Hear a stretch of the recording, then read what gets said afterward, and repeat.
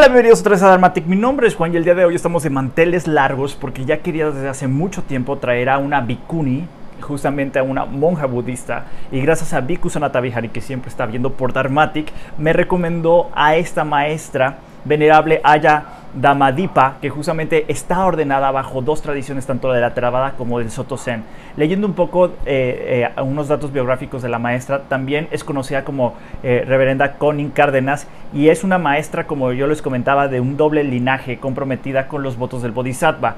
Comenzó a practicar el budismo Zen en 1987. 20 años más tarde fue ordenada dentro de la tradición Soto Zen por Seiki Harada Roshi, ampliando su compromiso con los votos del Bodhisattva y los 16 preceptos que recibió del reverendo Shosan Victoria Austin. Luego la venerable, dentro de la tradición Theravada, desde hace 4 años, se formó en el monasterio del bosque de Aloka Vihara, en un monasterio femenino en el norte de California de los Estados Unidos. Se ordenó plenamente como bhikkhuni en el Theravada, manteniendo los 311 preceptos de ese Vinaya. Entonces es una maestra muy interesante porque tiene estas dos visiones de estas dos grandes tradiciones, así que les muestro la entrevista que tuve con ella. Hola, bienvenidos otra vez a Dharmatic. Mi nombre es Juan y el día de hoy estamos de súper mantener largos. Justamente hablaba con la maestra y le decía que era muy difícil luego encontrar a maestras del Dharma. Todavía son muy reducidas a comparación al el número de hombres. Entonces, el día de hoy hay que aprovecharlo al máximo. No cambien de video, véanlo de principio a fin porque vale mucho la pena. Y estamos aquí con venerable Aya Dhammadipa. Muchísimas gracias, maestra, por aceptar esta invitación. Gracias por invitarme y por este tiempo que vamos a pasar juntos, hablando de Dharma, que es mi tema favorito. Claro, y de hecho, por el hecho de ser una bhikkhuni, hay muchas preguntas que el propio público de Dharmatic siempre me ha dicho, ¿no? Oye, cuando estés en presencia de una maestra, pregúntale esto, pregúntale aquello. Entonces, estoy muy feliz que nos pueda responder. Y una de las preguntas que quiero comenzar con esto es, ¿qué onda con el budismo y la mujer? ¿No? Es un tema que en la actualidad, por estos movimientos feministas que se están moviendo, cada vez más resuena este tema, ¿no? Y aparentemente con las tradiciones religiosas en Occidente hay ciertos temas con la mujer, ¿no? Pero ¿qué pasa desde el budismo y la mujer? Usted siendo una venerable. En mi experiencia hay varios hilos acerca de las enseñanzas y las actitudes acerca de las mujeres en el budismo, desde los tiempos ancianos hasta hoy en día. Y uno de esos temas que vemos, uno de esos hilos es que las mujeres y los hombres y todos los géneros en general tienen la misma oportunidad de iluminarse como cualquier otra persona. O sea, no hay distinción porque se trata de la mente, trabajar con la mente y el cuerpo tal como es. Y esto es una expresión de los principios de la realidad. Entonces, siendo lo que seas, puedes buscar eso y conseguir eso aquí mismo. Pero a la vez sabemos que todo movimiento espiritual o religioso también refleja las actitudes sociales, ¿verdad? Entonces sabemos que el budismo se basa en la India, la parte del norte de la India, en una época en que se consideraba que la mujer era como propiedad de un hombre, ¿verdad? Entonces, el Buda tuvo que pensarlo bien. ¿Cómo es que vamos a tener las mujeres ordenadas o si vamos a tenerlas? Y cómo mantener la seguridad de ellas, porque también era una cultura en que las mujeres no podían, por ejemplo, viajar solas o tener dinero para sí mismas sin estar corriendo un riesgo de que les hicieran daño verdaderamente. Entonces, esa actitud tienen la tendencia de oprimir, ¿verdad? O sea, tratar de dominar a las mujeres y mantenerlas más bajo. Entonces, cuando utilizamos el budismo o cualquier otra enseñanza de la sabiduría como una herramienta para expresar nuestro delirio, vamos a decir, entonces eso es lo que pasa, que vemos que se puede utilizar para mal, aunque realmente no se trata de eso. Eso es un error. Y yo digo que lo que veo es que las personas que más están aferrados a esa manera de entender el mundo, de que hay que dominar a las mujeres y no permitirles las mismas oportunidades espirituales, eso quiere decir que esa persona no está realmente consciente de su propio ego, su propio sentido del ser y de la separación de su ser de los demás. Porque los que están más conscientes de eso, o sea, los que han soltado un poco o los que han dejado atrás ese tipo de delirio o por lo menos parte de eso, ya saben que no, que hay que caer al otro lado, el lado de que todos tenemos esas oportunidades, tenemos esa capacidad y es bonito y bueno que se desarrolle tanto como se puede. Perfecto. Y por ejemplo, ahora que ya tiene, que el budismo de cierta manera tiene estos hilos conductores, ¿no? Que podemos de cierta manera justificar, ¿no? Desde las enseñanzas del Buda, esta posibilidad de igualdad. En el tema de la actualidad, desde su punto de vista, ¿cuáles son algunas de las tareas que se deben de trabajar nosotros, por ejemplo, como comunidad laica, como maestros? ¿Qué son estas pequeñas tareas que todavía hay pendiente frente al papel de la mujer? Pues eso mismo, deben de explorar cómo es que se están relacionando con los maestros, ¿verdad? Y las maestras, porque ahí es que vemos que, por ejemplo, hay personas que dicen o no dicen, pero actúan de una manera que jamás les daría respeto a una mujer. Solamente pueden respetar a los maestros. Y eso es porque no lo han realmente pensado, creo yo. Entonces, eso es el primer papel, es mirar dentro de sí mismo y ver cuáles son esas tendencias que tienes, que se basan en la cultura o en la tradición personal, puedes decir, familiar o social, en que te creaste generalmente, y pensar, ¿es verdad eso? O sea, ¿eso es realmente algo fundamental a ese ser? Pues no. Si lo miras con la sabiduría de experimentar, tal como digo, experimentar mente y cuerpo, verás que no es así. Entonces, ese es el primer papel que hay que hacer, es demostrar esa sabiduría cada uno.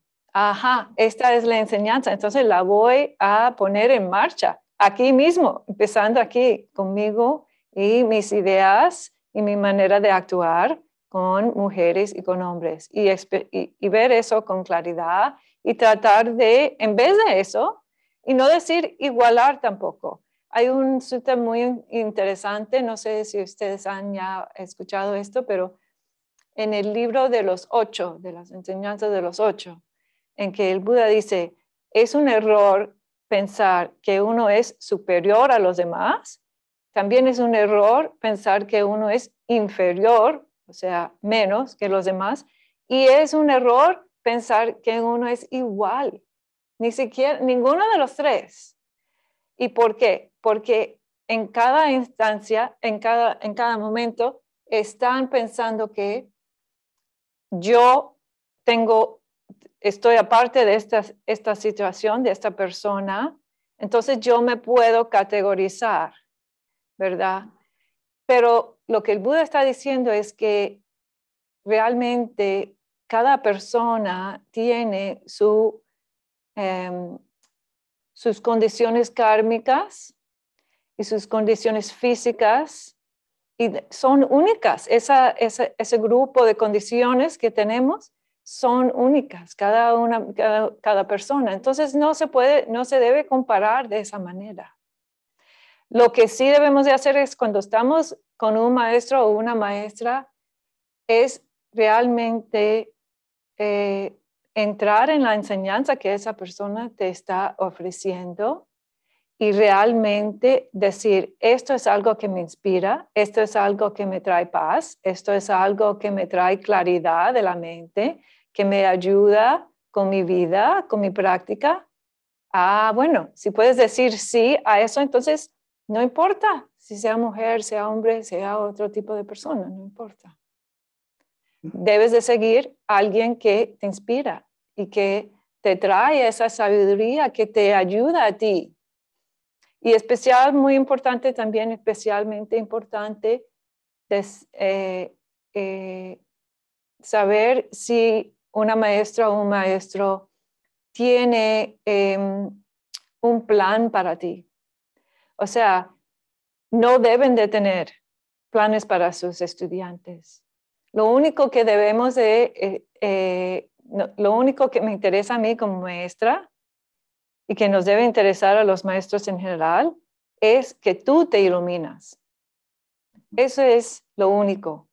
Entonces, y eso es algo muy especial para ti. Entonces hay que ver cómo se desarrolla. Pero cuando los maestros tienen un plan o digamos un interés en los estudiantes, aparte de eso, aparte de la iluminación, otra vez eso se basa en sus necesidades, las necesidades de ellos, en vez de las necesidades de los estudiantes.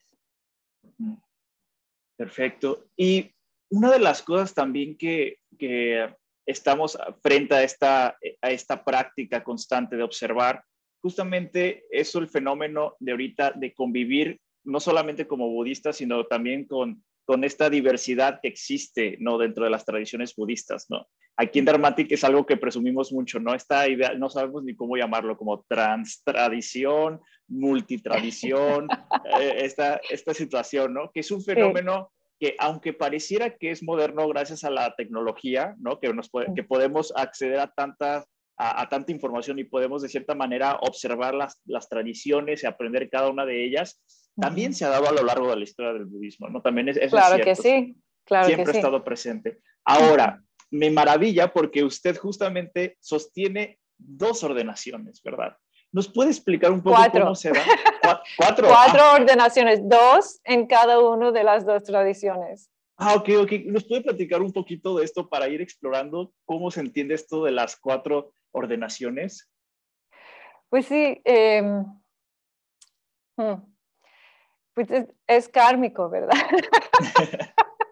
Eso es lo más, ya, con eso basta decir eso, pero para contar un poquito más, sí fue que yo cuando tenía como 23 años aproximadamente, estaba recién graduada de la Universidad de Miami, allá en el sur de la Florida, y había dejado atrás la religión de mi juventud. Entonces estaba buscando algo, pero no sabía exactamente qué, y conseguí un libro sobre el Zen, que se llamaba Tomar el Sendero de Zen, por Aiken Roshi.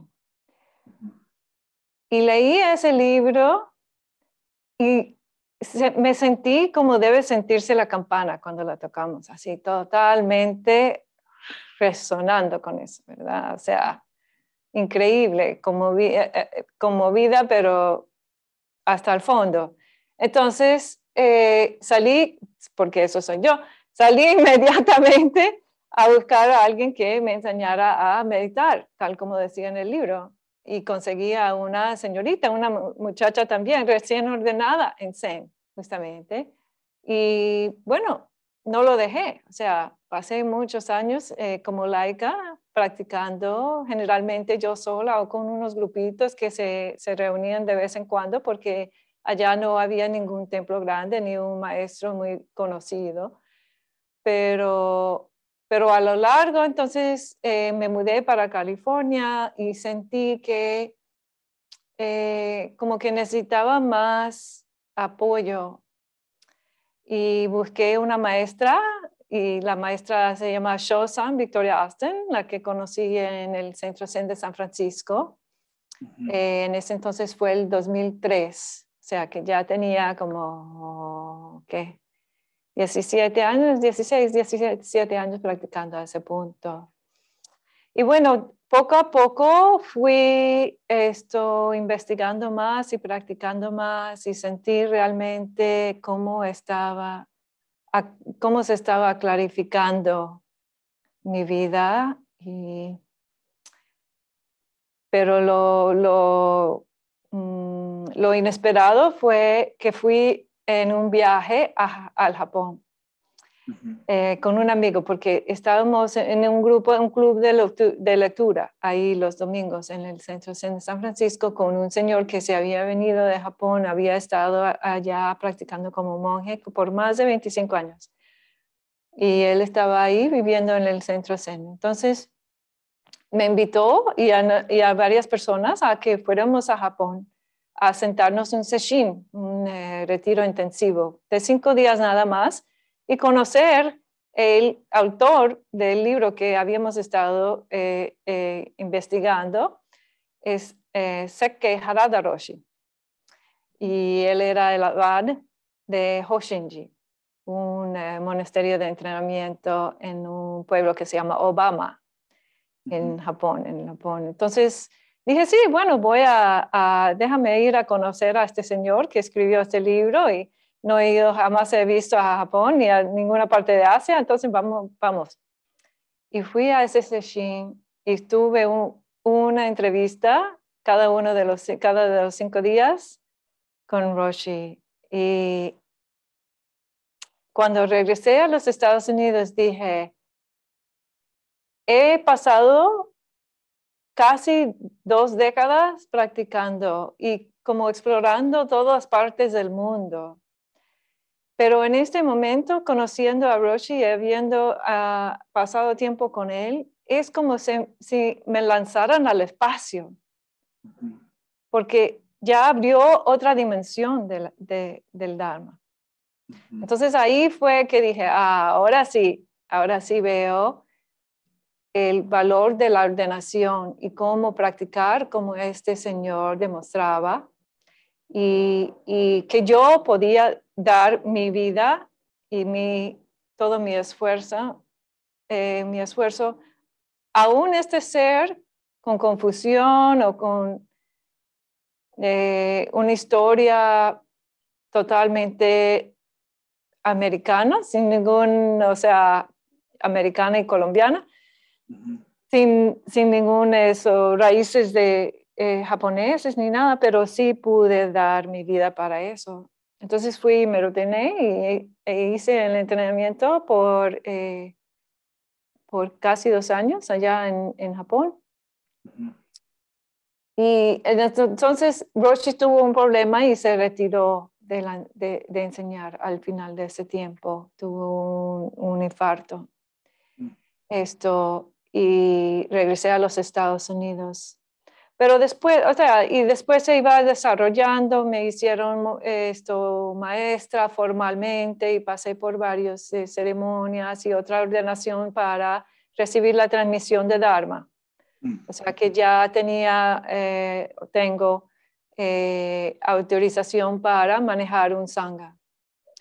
Pero lo que yo veía que poco a poco también se iba desarrollando la práctica y yo había en el 2005, antes de irme siquiera a ver a Roshi, había empezado a practicar metta. la bondad amorosa, se dice, pero la bondad universal, vamos a decir, ¿okay? La amabilidad universal. Y eso no sé, eso me estaba cambiando de una manera sutil. Y yo también estudiaba los suttas de Pali, no solo los suttas de Mahayana y de Dogen y de todo eso de Zen. Y poco a poco vi que estaba renunciando más y más. Y no como ponerme leyes o restricciones o nada de eso, sino que yo veía que cada vez que soltaba una parte de la vida que no necesitaba, que realmente en ese momento no me hacía falta, entonces veía el alivio que eso traía y veía también la manera en que toda mi energía se volvía a la práctica. O sea, no la estaba utilizando para otra cosa, sino que se queda totalmente aquí y se puede manejar con una facilidad increíble, ¿verdad? Porque la mente no está siempre buscando allá, acá y allá. Pero eso ya llegó hasta un punto en que dije, wow, ahora estoy como a la orilla de lo que se dice que es Zen. Y realmente me siento como mucho más alineada con las personas que están practicando el budismo temprano, el budismo, podemos decir, original, de Theravada. Bueno, Theravada y el budismo temprano no son exactamente lo mismo, pero casi. Y me sentía alineada con eso, entonces fui a un monasterio para eso, con mis amigas, unas amigas que conocía desde hace rato para atrás, Aya Nandabori y Aya Santa Chita. Y bueno, al pasar un poquito de tiempo ahí sí vi que exactamente eso, que renunciar es darse a uno mismo un regalo, el regalo de poder utilizar esta vida para algo que es increíblemente sano y alegre, muy, muy alegre. Entonces, ¿por qué no? Sí. Así fue. Entonces, recibí las 2 ordenaciones más en Theravada, la de Samaneri, que es aproximadamente como novicio. Novicio, ajá.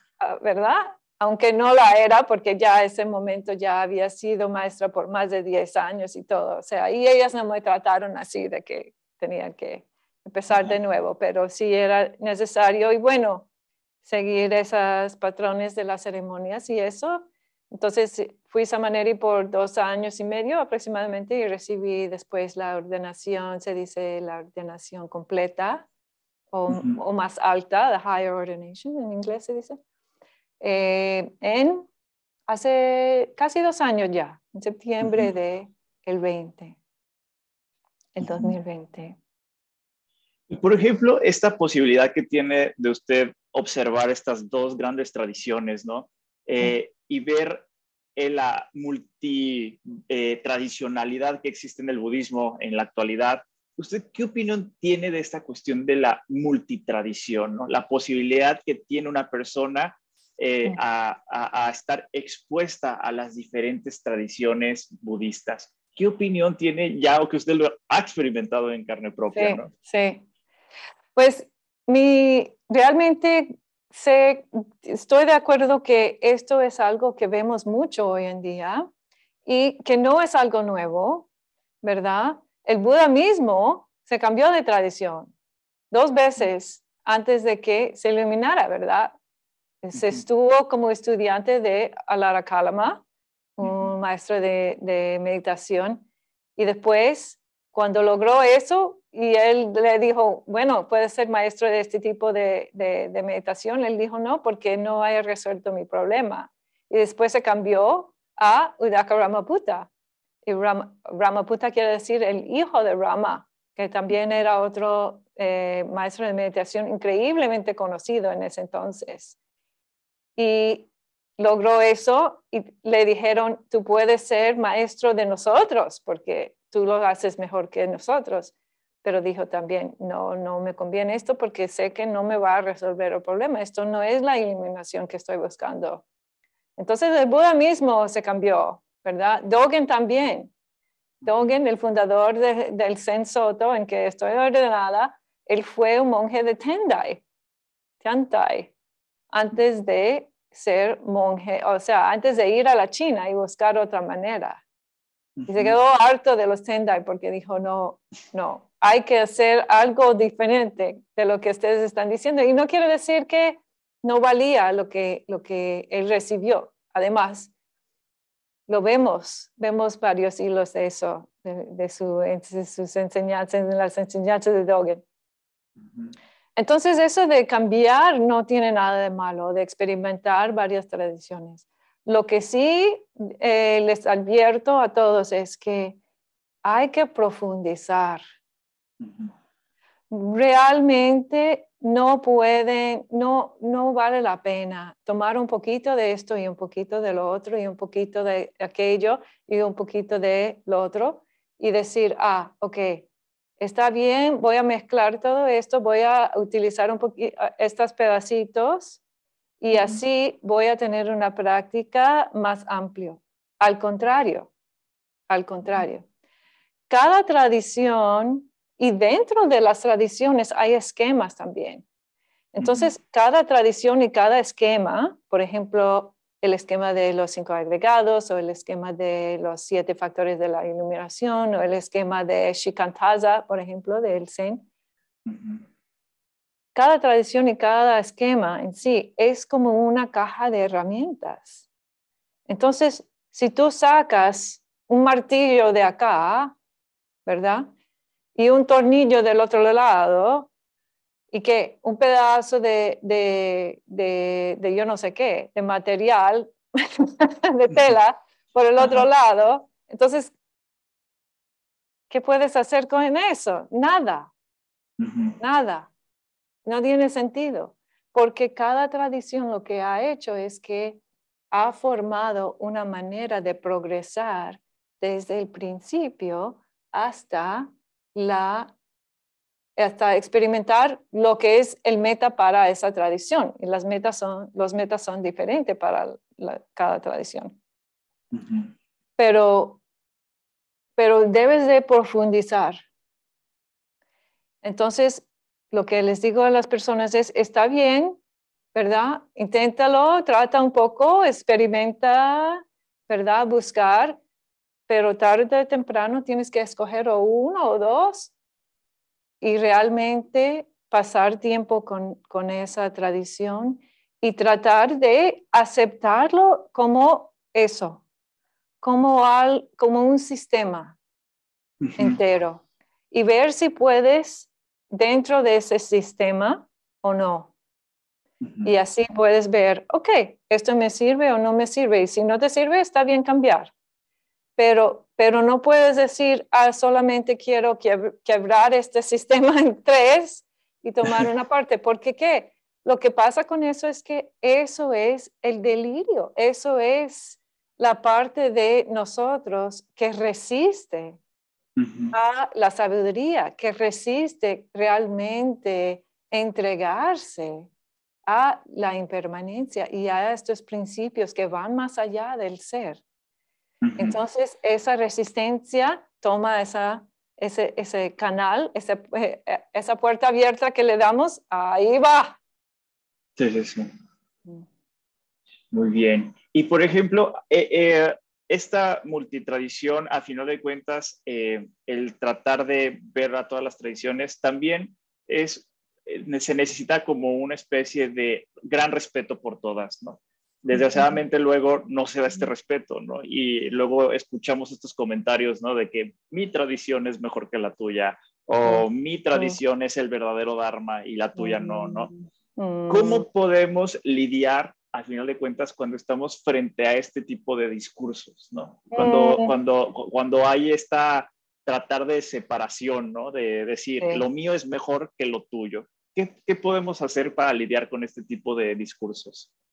Pues yo digo que es muy fácil, ¿verdad? O sea, últimamente di un curso en la introducción al budismo para el Centro Zen de San Francisco, desde el principio, desde el Buda y antes del Buda aún, hasta hoy en día y todas las 3 ramas. ¿Y qué pasa? Que todo eso existe porque cada uno de nosotros tiene una mente única, tal como vengo diciendo. O sea, mi maestro siempre decía, hay tantas mentes que personas, o aún seres, ni siquiera personas, sino seres conscientes, ¿verdad?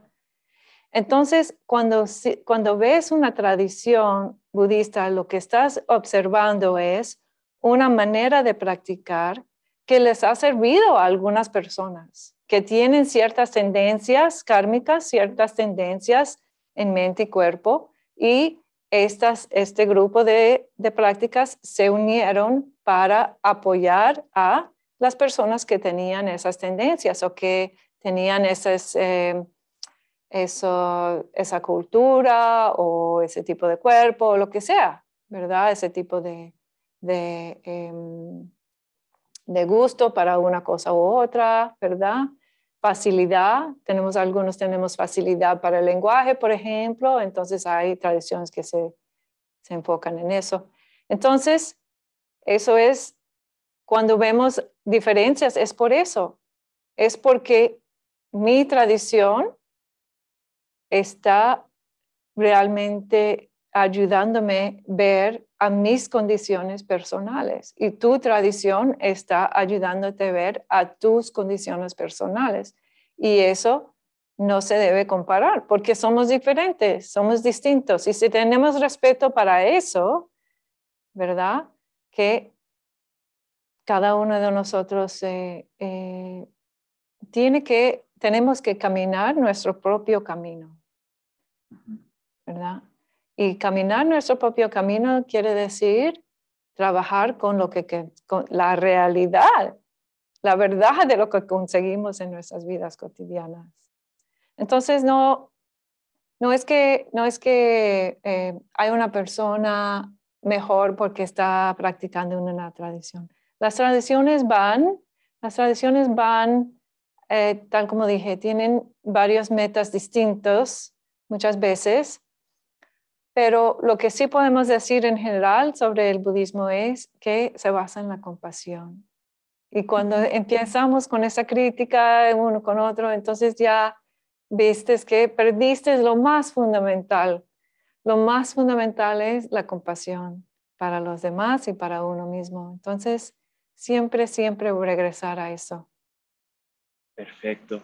Y ahora, hablando del contexto, muchos en Dharmatic es a final de cuentas un canal de habla hispana, ¿no? Y pues está concentrado mucho en Latinoamérica. En México, que es donde yo soy, pues está la mayoría de los dharmáticos y pues Latinoamérica. Y muchas veces a mí me llegan con estas, pidiéndome un consejo, ¿no? Yo siempre les digo, siempre este consejo se lo paso a los maestros. Y es que muchas veces se encuentra una desesperación porque pues estamos en países que muy difícilmente a veces se accede a un centro de Dharma, ¿no?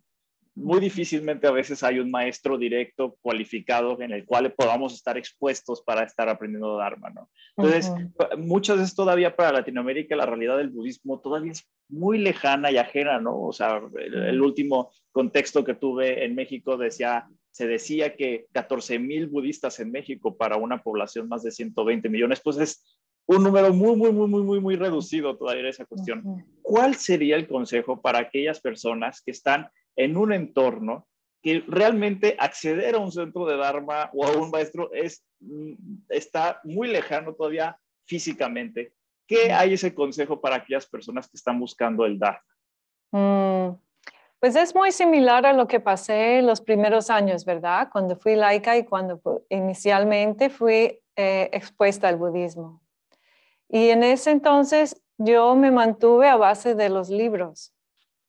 porque debemos entender que los textos ancianos, tantos como los libros contemporáneos que son escritos por varias personas laicas o ordenadas, igual. Lo que estás viendo cuando lees un libro o un texto anciano es la práctica de otra persona. Es como una ventana a la práctica de otra persona. Entonces, si lo ves así, puedes aprovechar de la práctica de los demás. Puedes ver, esta persona experimentó esto o aquello. Y eso es algo que muchas veces se pierde, por ejemplo, cuando están leyendo los suttas de Mahayana o los sutras de Mahayana o los suttas de Pali, que son más ancianos. No se dan cuenta de que la mayoría de esos son instrucciones para meditación, son instrucciones para reflexionar sobre tu experiencia mental. Y si lo tomas así, entonces puedes aprovechar de eso porque tú te sientas, y eso es lo importante. Puedes leer 1000 libros, pero si no te sientas, no te va a servir para nada.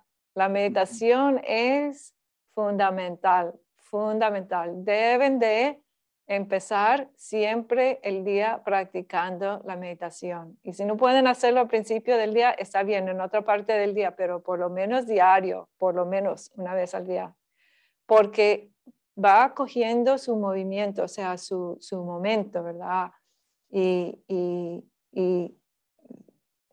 si lo dejas atrás por un rato, verás la diferencia. Yo sé que ustedes han experimentado, algunas personas están diciendo, sí, he experimentado eso, ¿verdad?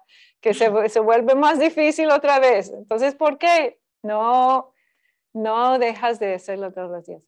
Pero bueno, entonces, si estás meditando con frecuencia y estás leyendo esas enseñanzas que se tratan de eso, que se tratan de la conciencia, cómo entender la experiencia mental y la experiencia que viene a través del cuerpo y la interconexión con todo eso y el entorno. Ya puedes sentarte y puedes estar lavando trastes y puedes estar haciendo cualquier cosa, pero tienes algo con qué relacionarte, ¿verdad? Y entonces, si poco a poco vas así, trayéndolo a tu vida cotidiana, porque realmente esto es otra cosa que debo de decir, que aún para nosotros los monásticos, los que vivimos en monasterios o en templos o en cualquier lado que se supone que es algo especial, una cueva en la montaña o lo que sea, todos estamos viviendo una vida cotidiana. Tenemos que lavar trastes, tenemos que vestirnos, tenemos que hacer limpieza, lo que sea. Todos. Entonces, ¿cuál es la diferencia? La diferencia es que nosotros pensamos en todo eso como práctica. Y ustedes también pueden hacer lo mismo. Todo el mundo puede hacer lo mismo. Entonces, traer esa mente y esas enseñanzas. ¿Cómo es que esto se relaciona con mi vida hoy? Y ya tú puedes ir practicando poco a poco. Y entonces en esos momentos, cuando puedes aprovechar de un encuentro con una maestra, entonces, bien, tienes de qué hablar. Tienes alguna manera de decir, he estado, investigando tal parte de mi experiencia y esto es lo que veo y ¿qué opina usted sobre eso? Entonces, te pueden dar una enseñanza que tiene que ver con tu vida, con lo que tú estás experimentando. Pero si no estás en eso, ¿verdad? Si no estás relacionando la práctica y las enseñanzas directamente con tu vida cotidiana, entonces no tienes con qué, ¿sabes lo que estoy diciendo? No tienes con qué como interactuar con la comunidad budista tampoco cuando tienes esa oportunidad. Perfecto. Y ya para ir cerrando un poquito nuestra plática, otra de las cosas que se enfrentan muchas veces las personas que están en Latinoamérica es sobre los temas del New Age, ¿no?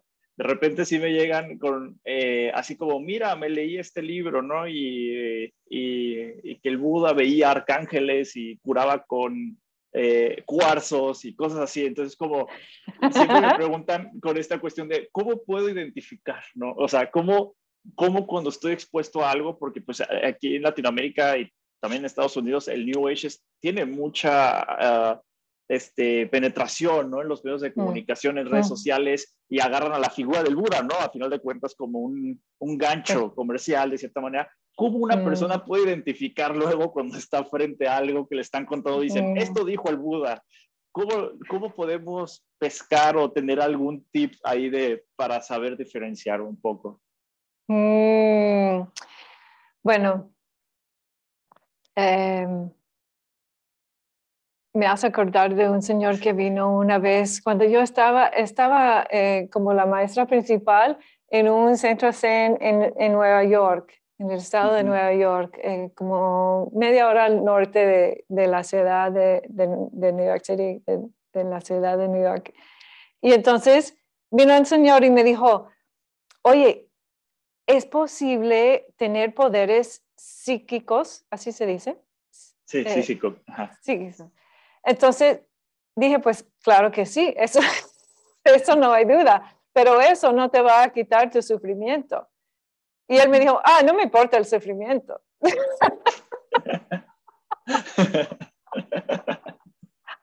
Lo que quería eran los poderes. Sí.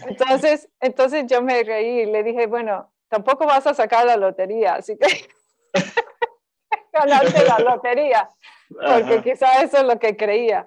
Pero sí, o sea, hay esa tendencia en todas las culturas, vamos a decir eso desde el principio, ¿verdad? Y en la India eso era también, ¿verdad? O en Tailandia ves lo mismo, o sea, hay estos como unas brochas que se pueden comprar que son para sanarte o para protegerte o yo no sé qué. Y todo eso está bien, o sea, no tiene nada de malo. Lo que sí vemos es que si es devoción, si es una manera de aumentar la devoción de uno acerca de las personas del pasado, está bien. No tiene nada de malo, vamos a decirlo así, ¿verdad? Sí, el Buda dijo que veía ángeles, sin problema, de eso no tenemos duda. Está escrito por todos lados, por ejemplo. Pero no era cuestión de que estaba haciendo algo mágico. Era cuestión de cómo él estaba utilizando su mente para percibir otras cosas, vamos a ponerlo así. Entonces,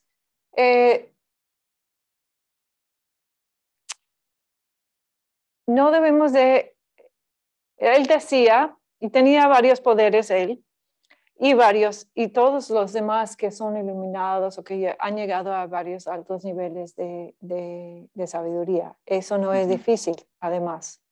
Tener varios poderes espirituales, se dice. Pero lo que sí les advierto de nuevo es que no deben de enfocar en eso.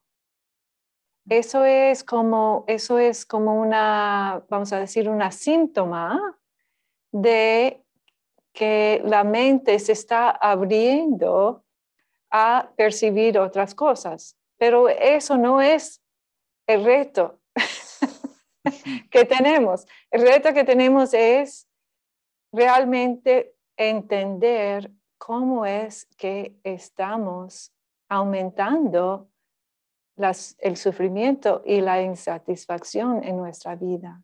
Se trata de algo mucho, mucho, mucho más sencillo. Entonces, el Buda y todos los demás que tienen esos poderes siempre han dicho lo mismo. No te preocupes por eso. Eso se puede conseguir. Y yo te puedo decir muy francamente, eso se puede conseguir fácilmente, pero no te va a ayudar. Entonces, eso tarde o temprano lo tienes que dejar atrás y poner tu esfuerzo en realmente entender la interdependencia entre el cuerpo y la mente y el entorno. Más que eso, te puedes sentir mejor por un rato. Pero el budismo, la práctica en general, puedo decir también que el budismo no se trata de sentirte mejor por un poquito de tiempo, se trata de ser realmente libre de esa búsqueda de alguna mágica o algo especial que te va a resolver tu problema. Ser realmente libre de ese deseo. Sí, claro. Y al final de cuentas, con eso podemos resumir prácticamente el Dharma del Buda, ¿no? O sea, cómo liberarnos del sufrimiento. Eso es como algo que, aunque estemos en la tradición más esotérica del budismo, ¿no? O la tradición más práctica del budismo, siempre tener en mente que lo que está alineado con la enseñanza del Buda es liberarnos de ese sufrimiento, ¿no, maestra? Justamente. Perfecto. Pues con esto vamos cerrando nuestra plática. Muchísimas gracias, maestra, por estar aquí en Dharmatic.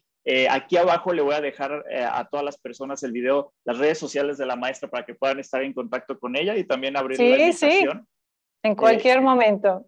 Y abrirle también la invitación para que nuevamente podamos estar platicando a lo mejor de un tema muy en específico y también anunciando si tiene la maestra algunas enseñanzas o algunos eventos, también se los estaremos compartiendo por Dharmatic. Así que muchísimas gracias, maestra. Y pues gracias.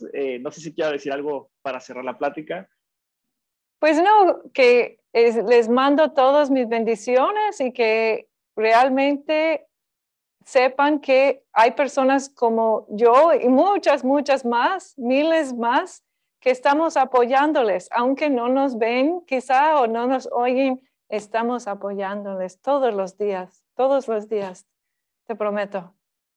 Perfecto, muchísimas gracias, maestra, y nos vemos, y pues yo me voy, pero no me voy a decir antes de decirle a todos que Buddha bless you. Nos vemos. Ok, bye bye.